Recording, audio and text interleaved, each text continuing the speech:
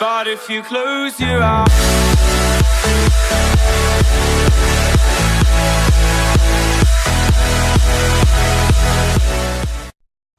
Bonjour, je m'appelle Jonathan Mailloux-Fournier et je suis diplômé en programmation en jeux vidéo et en moteur 3D à l'Institut des Graphes. Sur cette vidéo, je vais vous présenter deux projets que j'ai accomplis et mon expérience en différents langages.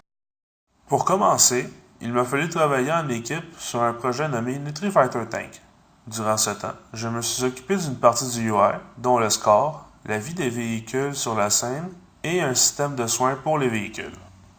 Le jeu consiste à choisir un tank de l'une des deux équipes pour ensuite affronter l'équipe adverse. Dans chaque équipe, il y a 3 choix de tanks proposés. Il y a le Fast, le Medium et le Heavy. Chacun de ces tanks ont des attributions différentes en termes de vitesse de déplacement et de projection de munitions. Le UI contient une barre de vie pour chaque joueur, une barre pour le score de chaque équipe, un choix de 3 munitions ainsi qu'une mini-carte. Pour les barres de vie, j'ai fait en sorte que chaque joueur en ait une et que le dommage reçu dépend de la force du tank de l'ennemi.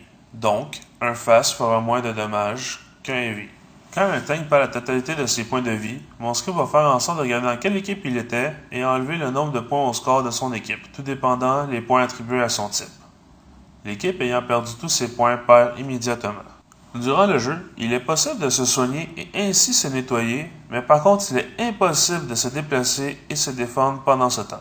À chaque fois qu'une munition est nettoyée sur le tank, sa barre de vie se régénérera. Mon deuxième projet, qui était individuel, consiste en un jeu de chasse aux monstres.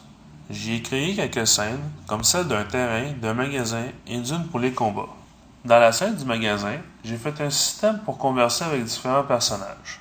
En discutant avec le marchand, nous pouvons accéder à un menu d'achat ou de vente. Les objets achetés vont ensuite à l'inventaire du joueur, qui pourra être utilisé plus tard. Durant la scène de combat, le joueur pourra affronter différents ennemis en allant au préalable sur différents espaces verts.